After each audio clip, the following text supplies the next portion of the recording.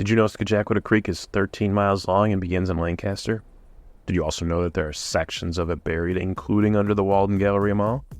On this edition of Between Two Great Lakes, we're going to take you along a tour of Scajaquada Creek, giving a bit of a history of it, as well as some plans Buffalo Niagara Waterkeeper has for the future. We collected drone footage of the creek to showcase what we and others are trying to restore. I'm Adam Zaremski, by the way. I've got Holly Kistner here. She's an ecological restoration project manager at Waterkeeper. Holly manages several projects along highly urbanized waterways, including Scajaquada Creek. You've been doing a lot with Scajaquada Creek lately, Holly. That is correct. So that's why we're having you here. I'm kind of leading the way on the video, and you will be the expert in a fashion of telling us what's happening. Whoa. Let's not say expert. Let's say anything but expert. Anything but expert, but you are the expert compared to me, so you'll be perfect. Okay. The relative expert. The relative expert. I just don't want to inflate my experience and knowledge. It's relatively expert. I don't think anyone could truly be an expert in all things Scajaquada Creek. Sure. And I think that's the part I think I wanted to start off with when I was thinking of it. Like, is this an odd creek? Because when I look at it, there's this aspect of where does it even begin? Where does it, you try to follow it on a map and certain maps will show it, but it gets buried underground. It's been channelized, which means straightened out, and you'll get into that more. Again, buried, it's no longer following that nice meandering path of what a creek should do. So is this like an odd creek, an odd waterway, or not? Adam, that's a great observation. And I love the choice of the word odd. Because yes, Scajaquada Creek is odd, if we want to use that word, because it is pretty unnatural. It's been highly impaired by human activity, but unfortunately, it's not odd as in rare. It's very, very common for stream channels to be straightened or buried, and there's a lot of reasons that this occurs. For example, roadway crossings to accommodate development, improving drainage, controlling flooding, reducing the risk of erosion. Yeah, there's a lot of reasons why humans have straightened or buried creeks. Historically, as in the case with Scajaquada, creeks were also buried to prevent the spread of disease because the creek was utilized as an open sewer. And even though this isn't uncommon, there are other buried creeks in the city of Buffalo. Cornelius Creek is one of them, and many, many across the country. And then I guess looking at some of our past work, Cayuga Creek up in Niagara, like that was channelized. And then, Buffalo Niagara Waterkeeper worked through to unchannelize it to create wetlands again. So I guess, yeah, what you're saying, these things have happened over time. Yeah, that's a really good example as it relates to flooding. And because we unchannelized it, it was able to, and the wetlands that we restored along Cayuga Creek, it was able to improve flooding. What's the right way to describe that? Reduce flooding risks to adjacent neighbors. Right. Okay, so that's kind of a quick overview. Let's get into this. Let's show off the footage. We captured drone footage of the creek. And so we're starting off in Area 1, which we're calling the headwaters. So this is it, huh? This is the start of Scajaquada Creek? Yeah, this is the headwaters. You're right. So headwaters is a term that environmental scientists use. That's the source of a body of water. And in this case, the headwaters of Scajaquada Creek is in the center of the town of Lancaster, north of Walden Avenue here. North of Walden Avenue? Yep. In a natural stream, headwaters would be way less developed. We're fortunate to have a lot of natural streams in our Niagara River watershed. So like if you're down in Springville or Colden, you'll see like beautiful headwater streams that start in forested areas. But here you can see there is a lot of suburban development just adjacent to the creek. So the source of Scajaquada Creek is a freshwater spring that bubbles straight up from the ground, and historically, in this case, was surrounded by wetlands. But now the headwaters is a culvert under a driveway, and drain pipes carry the flow through these suburban developments to a series of retention basins and through culverts at road crossings. So you can see there's several ponds in this aerial footage, and those are the retention basins. So that's not exactly the creek itself that's holding back water, but the creek would be flowing if we're looking at it right along. Yeah, you can see it here. And then it's where the creek, you can kind of look at where the vegetation is. on the edges of the mowed lawns, like all of those trees, that's the creek. And then you can see how sort of like a cut into the sidewalk there where the creek goes through a culvert to cross underneath the road. It's kind of wild throughout the drone footage that we got that you can see a lot of examples where development, like whether the creek's underground, we'll touch on that more, like how development almost follows the creek. Yeah, it is really interesting because I think one thing that's special about the Scajaquada Creek watershed is that it's a very highly populated watershed, whether it's a suburban population or an urban population. People live in close proximity to Scajaquada Creek. It's a creek that humans have a relationship with, whether they acknowledge it or not, whether it's a positive relationship or not. But this creek and the humans of Western New York are connected strongly, whether we want to be or not. And one thing that I also think is interesting about this headwaters area is you can see parts of the creek in this section still have relatively vegetated banks. And so that's important because that changes throughout this aerial footage in the watershed. These vegetated banks are important for preventing erosion. There's flood control benefits. They provide important habitat and shade, which is really good for water quality. I just want to point that out because that will change as we move downstream. Do you know when this area was developed, this spot, like around the headwaters? That's a good question. So thank you. I thought of these. You're doing great, Adam. I really want to acknowledge that people have lived here for centuries. So a quick history lesson. The Neutral Nation occupied much of what is today southern Ontario and parts of the southern shore of Lake Erie. And this is back in 1650, folks. So the Neutral Nation was defeated by the Seneca Nation in 1650. And the Seneca Nation may be familiar to you because they are the largest of the 6 Native American nations that comprise the Haudenosaunee or Six Nations Confederacy. It's a democratic government that predates the United States Constitution, which I think is pretty cool. Mm-hmm. But anyway, that's the obvious connection to Scajaquada Creek because the creek is named after Philip Scajaquada, and he was part of the Neutral Nation and later adopted by the Senecas when they defeated the Neutral Nation. And so his name means beyond the multitude. Really? Yeah. So there's a lot of history to unpack there. But back to your question, in 1797, the Seneca Nation was effectively forced to sign the Treaty of Big Tree with the United States and sell nearly all of their traditional homeland in New York State. And thus began the subdividing of land, colonial settlement, and early development of our area in Western New York following that. And although this area in particular, the headwaters of Scajaquada Creek, remained relatively rural until the 1950s, since then these homes and developments have been built, particularly in the 70s and 90s. These homes have been here for decades. I think the headwater wetlands were impacted in probably the 80s or 90s. Okay. So here, we're calling this Area 2. We're heading west a bit as the creek heads towards Buffalo. We didn't capture drone footage the entire 13 miles. We're kind of highlighting specific points here that best represent the creek's history and future plans that we're involved with. One thing I wanted to bring up when you were talking about the human connection and how people are very related to this creek, I didn't realize that when we were getting the drone footage, I started looking at this part in Area 2. This is North Creek Park, I believe, in town of Cheektowaga. Yeah, that's correct. This is about 5 miles downstream from where we just were. But this, I actually used to meet up with friends here. There was a volleyball park on the one side, and we'd go and we'd play volleyball. Like, this is back 2007 or something, because friends lived over here. Yeah. Never knew this was Scajaquada Creek. You never knew? No. So going back there. That's a really good example. I'm glad that you shared that anecdote because it's something that I really sort of harp on when it comes to Scajaquada Creek.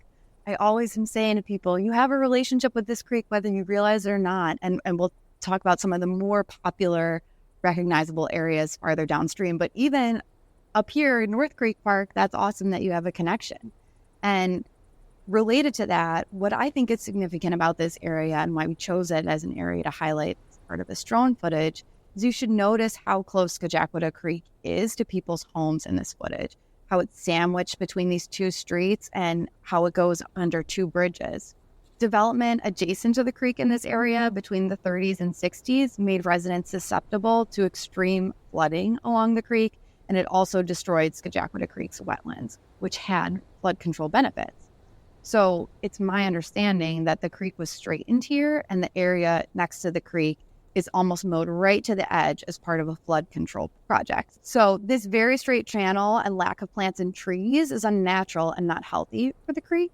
However, this dichotomy between the sort of struggling creek from an ecosystem standpoint and the incredible value it has for recreation and the humans that live adjacent to it is interesting. You can really see that there's an awesome park that you mentioned, a great bike path along the creek. You kind of get the sense of the duality of Scajaquada Creek, if you will. Yeah, I mean, this is a place people can go hang out. I have had phone conversations since we've started doing a lot more of this work and kicking off Scajaquada September as part of our marketing and stuff. I've gotten phone calls from people who live along the creek and express their concerns, but also express how much they care about the creek and they recognize it's an asset. So You had talked about the mowing. That's an issue we at Waterkeeper have highlighted, the living shorelines trying to expand the growth. I guess if we look back at what Area 1 was, where the headwaters were, you had pointed out how there's so much growth and trees, kind of a natural element. And here, there's trees, but it's not necessarily the best style, I guess. yeah, so because it's a flood control project, there's limitations in the vegetation that's allowed to grow immediately adjacent to the creek. So that's a great thing that you pointed out. There's not really trees that cover or shade the creek.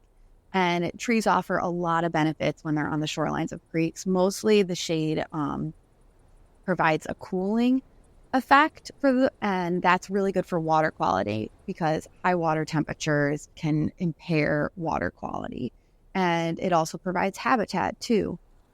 So we're in Area 3 now. It's a bit of a shorter jump from where we were in the last point. If you're not quite sure where we're at, you might know it as the camera pans around. We got there. And Holly, where are we at? It's the Walden Galleria Mall. So this is wild as well. Another element of Scajaquada. Yes, this blows my mind. In the late 1980s, the Walden Galleria Mall was just built on top of Scajaquada Creek. A waterway, and they just said, let's build on top of it. Yeah, they said, this looks like a great place.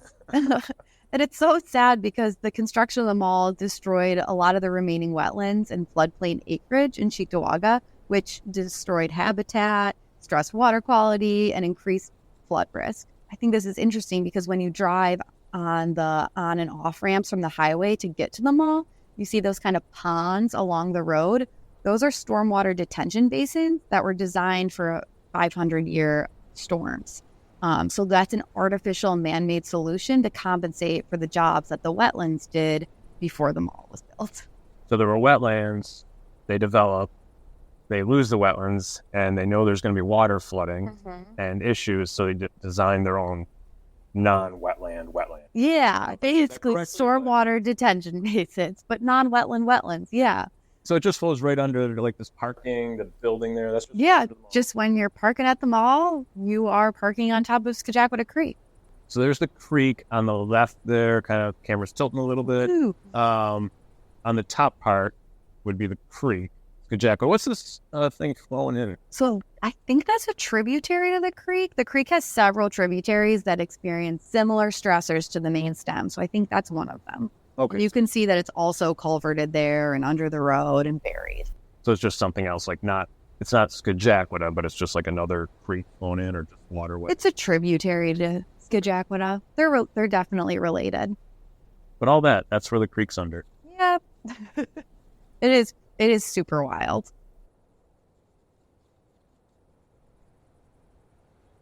So here's about a mile jump west to the Cheektowaga Town Park off of Harlem Road.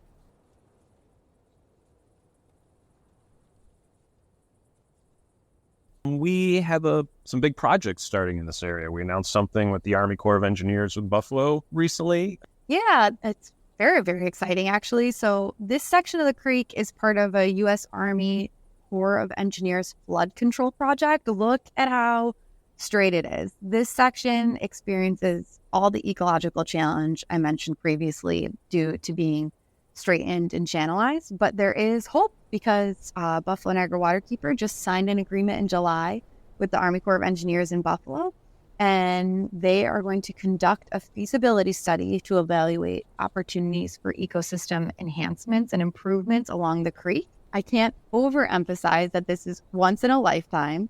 This agreement has taken years to get in order, from a lot of hard work from our executive team, coordinating with the Army Corps. But now that this agreement is in place, we are on the path to unlock millions, and that's not an exaggeration, of federal dollars to invest in our nation's water infrastructure. For example, projects that could result from this feasibility study include the reestablishment of wetland habitat, which I've sort of really highlighted the importance of the loss of wetland habitat in the watershed, also improving plant communities or restoring natural stream functions. I found the book Meander by Margaret Wooster. Yeah. One of the original founders, I believe, of Waterkeeper, Riverkeeper at the time. And she just talks about how streams should not be straight. Like, they meander. Yeah. It's a wandering thing that goes where it needs to go. And that's not what's happening here, though. No, not at all. First of all, that book was excellent. Second of all, you're very correct. So for those of you who don't understand the term meander, it's when a creek has natural curves and it flows. You think of water, you think of organic shape, and this part of Scajaquada is certainly not meandering. It is so straight that when you look at it from aerial imagery on Google Maps, it looks like a road. And I love this drone footage because it does a really good job of just following the straight path of the creek. As part of this project with the Army Corps, we're going to explore, is there opportunities to restore some of the ecosystem functions that were lost by straightening it so much. So you talked about improving the plant life there, wetland habitat. Is there any effort? I know it's early on, it's still a lot of planning. Would that unstraightening it? Is that even a topic, or is it kind of like, this is what it is and we're going to work around it? It's a really, really good question, and I'm not even sure I have a good answer for you yet, because this is, to tie it all back, this is a part of a federal flood control project. People adjacent, again, you can see to the right side of the screen, people live really, really close to this creek. And no matter what happens as part of this feasibility study, the original intention and purpose of the project must be maintained. How many years is this first part before it unlocks anything? So this current feasibility study is 2 years. And then after the feasibility study is complete, we'll have a better sense of what options are on the table. And that would unlock the next phase, which could potentially be implementation. Are there any sections between channelization where it's natural, or is the whole creek been altered in some way? The whole creek has been severely altered. But I do want to push back on anyone who gets the idea now that the creek has been totally ruined or is completely unnatural. I want to share that it's not impossible to restore the creek. As I mentioned before, the headwaters of the creek is spring-fed, and throughout the creek, it's recharged by underground freshwater springs. I don't think we fully understand the extent of that either, but this fact gives Buffalo Niagara Waterkeeper a lot of hope that despite the degraded status of most of the creek, if humans ease up on the pressure we put on the creek and we can kickstart the work for restoration, the creek will rebound quickly, given its hydrological connection to this sort of ancient underground aquifer that promises a significant source of clean, cold groundwater that will continue to flow into the system. And now we're kind of at the end of the above ground portion. As we're watching, you can see we approach this section and it's going to disappear for a bit, right? Yep, quite a bit actually, 3.6 miles.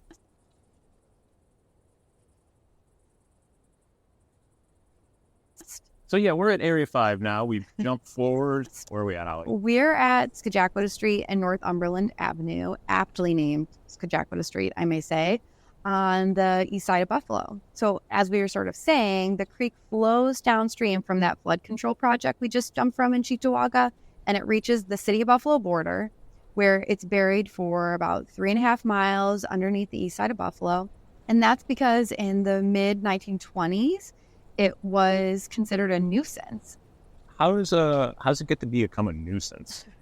That's like a bad child or something. Yeah, I say to my kids. I'm so glad you asked, because it was being treated like an open sewer, which is pretty disgusting. But 100 years ago, in the mid-1920s, Buffalo was a growing industrial city, and we didn't know how to manage our waste. And so there was sewage going into the creek. There was garbage and like dead animals from like roadkill and stuff. So this was the 1920s. That's what. Yeah, well, people were really complained a lot about the smell. It was truly a public health hazard. Sure. And the city of Buffalo thought that instead of figuring out how to manage our waste, which to be fair, at the time, no one had really cracked that nut, and I still don't think we're great at it. But instead of figuring out how to manage our waste better and work with nature better, the easiest solution was to spend a lot of money and bury the creek in its entirety. They just build the road right here, right over the creek? Is that kind of how it's flowing along? Or Yeah, so they built the road over the creek in some parts, and then there are linear parks and pathways or oddly wide sidewalks that were built on top of the creek. And so although the creek may be underground with a little sleuthing, the route can be followed. This section is intended to show some of the industry on the east side of Buffalo, as well as the sewer system, and the storm drains here are connected to the creek via the city of Buffalo's sewer infrastructure. And the sewer infrastructure flows into the buried Scajaquada Creek, and in the case of the industry, provides a potential pathway for contamination. So now our Scajaquada drone has taken us over to Florida Street and Elton Place. That's about 2 miles from where we just were. We're still following it as the creek is underground, so all this development has happened over the waterway. Mm-hmm. And this is an example of one of those linear parks on top of the buried creek. I also really like that the shot starts with the storm drain, because I alluded to this earlier, but the buried section of Scajaquada Creek is connected to our city's sewage infrastructure. So in the case of the storm drain, I really want to highlight that when it rains, rainwater flows into the storm drains like you've seen on the street, and all the extra water from the rain causes parking lot runoff like gas and oil and plastic pollution that you see on the streets to flow into the drain, and the sewer lines can overflow into Scajaquada. So even though the creek is buried in this section, humans are still very, very much connected to it. That's part of the combined sewer overflow, CSOs, Yep. that we're always talking about. Correct. And that's a huge challenge in Scajaquada Creek. There are several CSOs that overflow into Scajaquada Creek. I know that the Buffalo Sewer Authority has a long-term control plan to look at solutions to reducing the amount of overflows that happen as a result of that infrastructure. So there's a lot of work happening, both internal and external to Waterkeeper, to address that and mitigate as many risks that come from that. Area 7 is we're calling it, but it's more than just Area 7. First of all, the creek's back above ground, Holly. Yeah, you could actually barely see it because of all the trees, but that's a good thing. But the creek is back above ground. It daylights, which is what term that we use, which means the creek is above ground again. It's no longer buried. It's daylighted. Yes. And we are in Forest Lawn. Yes. Well, I guess I'll say like we didn't daylight it. This section was never buried, but this is what we refer to as the daylighted section of the creek. And yep, it's in Forest Lawn. So excitingly enough, this is one of the more natural places along the creek. I love Forest Lawn. I know a lot of other people in the city really appreciate Forest Lawn because it's such a beautiful place. This area has been a cemetery for over 100 years, but that has kept the creek free from development pressures like we saw in the other parts of the watershed. And one thing, here it is. So one thing I love most about the creek here is Serenity Falls. And Serenity Falls is part of the Onondaga Escarpment. So an escarpment is an area of earth where elevation changes subtly. You might know of the Niagara Escarpment, which creates Niagara Falls. So we're talking like elevation, we're up high and then we drop low. Yep, it's kind of like a step in geology. So the Niagara Escarpment is extremely dramatic. The Onondaga Escarpment, which is farther south than the Niagara, isn't as dramatic. But the Onondaga Escarpment can be traced from the Hudson River all the way to Buffalo. So if you've ever been to Akron Falls in Akron Park or Glen Falls in Williamsville, those waterfalls are also part of the Onondaga Escarpment. And I just love that fact because it gives me perspective about how the natural places I love are all connected. Like Serenity Falls, Glen Falls, Akron Falls are all part of this same like regionally wide geologic step in New York State. The other thing that struck me when the Scajaquada drone was flying overhead here, when we were in the headwaters, we had some tree coverage. Mm-hmm. We had that stuff along the shore. And ever since then, it was pretty much just the creek. Mm-hmm. Nothing else around it except grass and not really trees. But like looking up top here, you see all the coverage. And you said this is the area that was never buried. This is a very natural section with this, as we would call it, like living shoreline. Yeah, so there's a lot of vegetation. You can see the creek meanders a little bit here. Forest lawn is really important to Waterkeeper because it's such a great example of where we can start and where we can go with restoration. Waterkeeper has actually seen a major project here to clean up the forest lawn section of the creek corridor. And that project included creek dredging, shoreline contouring, wetland creation, and riparian restoration. And I also want to pause here because I think I've been using the word riparian and not defining it, but riparian means the area adjacent to the creek. So not like a little bit off. Yeah, like shoreline and a little bit off the shore. Riparian is the land that has like sort of a direct relationship to the creek adjacent to it. The habitat for plants and animals that require a creek to be or a water body to be right there. As I was saying, the restoration efforts here were no coincidence because this portion of the creek that flows through the historic Forest Lawn Cemetery and Delaware Park is also centrally located between the upstream and downstream portions of Scajaquada Creek. So our work here has been intended to demonstrate success and catalyze future restoration projects. It's a very peaceful place. Like, I don't know if folks have walked through Forest Lawn, if they're birders, but great birding hotspot. It's a very peaceful place to walk and sit by the creek. So part of what we were just talking about can almost jump into this part because that would be the living shoreline, I think. Yeah. So we did this like wetland area here. So forest lawn. Now, what roads are we crossing here? So now we are crossing Delaware Road. You can see Scajaquada Creek flowing downstream. This is a pretty well-known and recognizable area to most people. That's Hoyt Lake.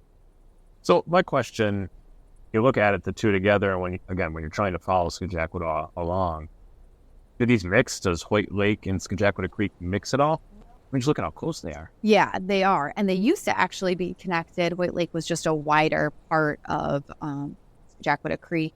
But now the water doesn't flow into Hoyt Lake. The lake and the creek were disconnected because all the pollution from upstream was causing Hoyt Lake to become sort of a stagnant, deoxygenated pond. And so they were disconnected. However, the creek and all its pollution still overflows into Hoyt Lake during storms right over this path. And you can see where they're disconnected, and you can see where the creek is then buried underground again to bypass the lake, and it pops up near the Buffalo History Museum. You can see the trash that's sort of accumulated near where it's buried there. It's pretty gross. Going underground, kind of following that pathway to the left there that people would walk. There's Hoyt Lake, very beautiful. Yeah, I love Hoyt Lake. One of the things I think is interesting here is you're walking around Hoyt Lake, you can occasionally catch a whiff of like the gross smells coming from the creek, but that's juxtaposed by like all the people who are sharing the space and relaxing and coming to be kind of in this like natural setting in the middle of the city. It's that perfect area to go for a run or a bike ride. Yeah, absolutely. Or just, I love my friends and I there's like all these willow trees along Hoyt Lake, and my friends and I used to just like lay out a picnic blanket and just like sit under the trees and like hang out by the lake. It's such an important community asset, and Scajaquada Creek is a really integral part of that. And the health of the lake is connected to the health of the creek, even though they're disconnected during storm events. It overflows. Is that something we are looking at, or anyone is looking at, like preventing that overflow? Yeah. So there's the short-term goal and the long-term goal. So the short-term goal is when flooding occurs, if we can reduce pollution inputs from upstream, then the flooding, when it overflows into this huge recreational resource of Hoyt Lake, won't be as polluted. That's a positive. But then the long-term goal would be to reduce pollution from upstream, so much so that we could daylight the buried section of Scajaquada Creek adjacent to Hoyt Lake and reconnect the two, which would allow for a much healthier ecosystem of both overall, if we could just get a handle on some of the pollution inputs coming from upstream. Quite a long-term off, though, if it happens. Quite a long-term off, but there's no harm in hoping. Sure. And working really hard towards it, Exactly. as is the case with my job. All right, moving along. Again, we're daylighting.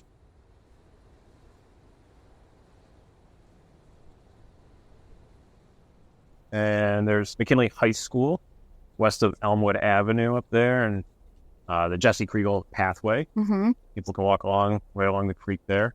So you can kind of see the meander aspect there. Yeah. Turns, some trees, a little more natural. Yep. I guess. This section is, in my opinion, awesome. You go by here a lot? Yeah. So I live relatively close, and I love like running and biking in this part of the creek. This is the Jesse Kriegel pathway that you see. And you can see the creek itself sort of sandwiched between the 198 expressway and the Jesse Kriegel pathway. But the pathway is so great. It's a multi-use trail that provides sort of an inland connection from Hoyt Lake to the Niagara River. And yeah, there's a lot of development and the expressway and industry adjacent to the creek. And you'll also notice what looks like a comb sticking out of the creek farther downstream. That's a dam that's intended to catch debris, and it's a barrier to fish passage, and also frankly a little unsightly. But despite all the stressors the creek faces in this section, the reason I love it is because it just provides unbelievable habitat. For the middle of the city, you can't totally ignore everything that's going on, but you can get a glimpse of what's possible if restoration could be scaled up. For example, I've seen belted kingfisher fishing in this section of the creek, black-crowned night herons fishing here too. I don't know if you've ever seen a black-crowned night heron, but it's like a little football kind of bird. So they're so cool. My partner and I actually saw foxes with their kits underneath the expressway in the spring before all the trees leafed out. And it was like little adorable little fox. Right on there. Yeah, right underneath the expressway, like where it goes over the creek, there's like on and off ramps, and they had a little den. And we brought our binoculars there. We were like watching them come in and out of their den and play with each other. It truly was like the cutest thing I've ever seen, just like straight up off an expressway in the middle of the city.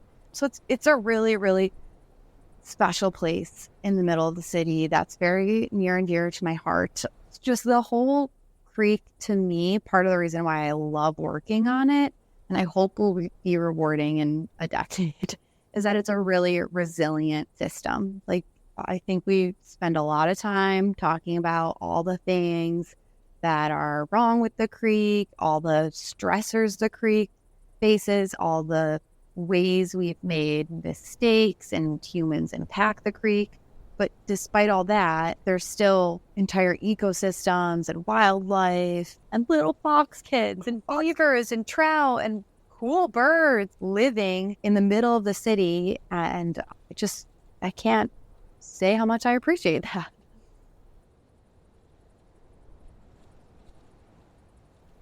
Okay, so this is kind of the final spot of the Scajaquada drone that we've been following the creek along. We are almost a mile away from that last spot, and this is where it ends. You can see all the highway industry, and right in there is just Scajaquada. There it is. Doing its thing. Tucked in there in all the chaos. Yeah, I love this shot because you can see all the highway infrastructure. You can see the industry.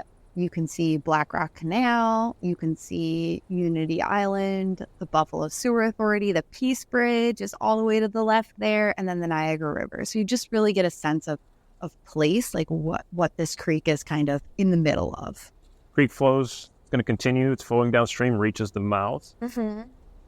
And now you can see this area is underneath what we at Waterkeeper refer to as a spaghetti of expressways and highways. This area is in need of a lot of love for lack of a better way to describe it. There is some serious legacy pollution and ongoing pollution and contamination that is occurring in this section of the creek. So the DEC has a lot of remediation efforts underway. It's considered part of the Niagara River area of concern.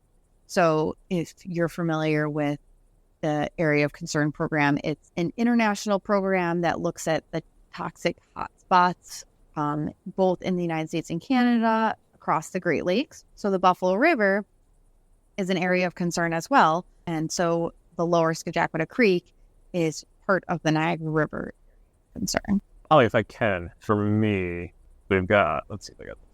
So, Scajaquada, Niagara River, right? Nope, Black Rock Canal. Black Rock Canal, I'm sorry.